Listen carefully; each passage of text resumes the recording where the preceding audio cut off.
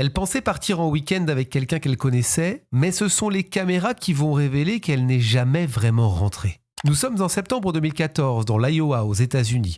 Tang Xiao a 19 ans, c'est une étudiante chinoise brillante, discrète, travailleuse, venue étudier le génie chimique à l'Iowa State University, loin de sa famille qui a tout sacrifié pour lui offrir un avenir meilleur. Le week-end du 6 septembre, Tang part avec Li Shanyan, un jeune homme qu'elle connaît depuis la Chine et avec qui elle entretient une relation assez compliquée. Au départ, rien ne semble inquiétant. Les caméras de surveillance les montrent tous les deux dans un magasin en train de faire des achats sans dispute visible, sans signe évident de danger.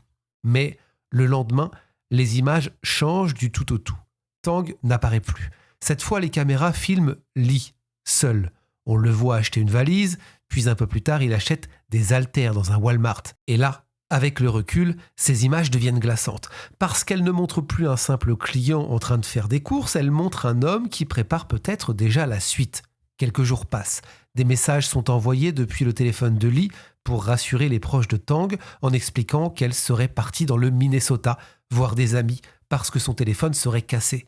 Mais ses amis ne l'ont jamais vu. Et pendant que tout le monde commence à s'inquiéter, Li, lui, a déjà pris un avion pour la Chine. La police finit par retrouver la voiture de Tang, une Toyota Camry beige, garée près de l'appartement de Li. Dans le coffre, il y a une valise. Et dans cette valise, il y a le corps de Tang Xiao. À côté d'elle, les enquêteurs retrouvent un haltère du même type que celui acheté par Li sur les images de vidéosurveillance, souvenez-vous. L'autopsie conclut à une mort par asphyxie et traumatisme contendant. Les enquêteurs découvrent ensuite que les messages censés rassurer les proches de Tang ont été envoyés depuis Chicago pendant la fuite de Li, juste avant son départ vers Pékin. Il reconnaît les faits, parle d'un geste impulsif, mais pour les enquêteurs américains, les achats, le billet d'avion et les mensonges montrent surtout une fuite préparée.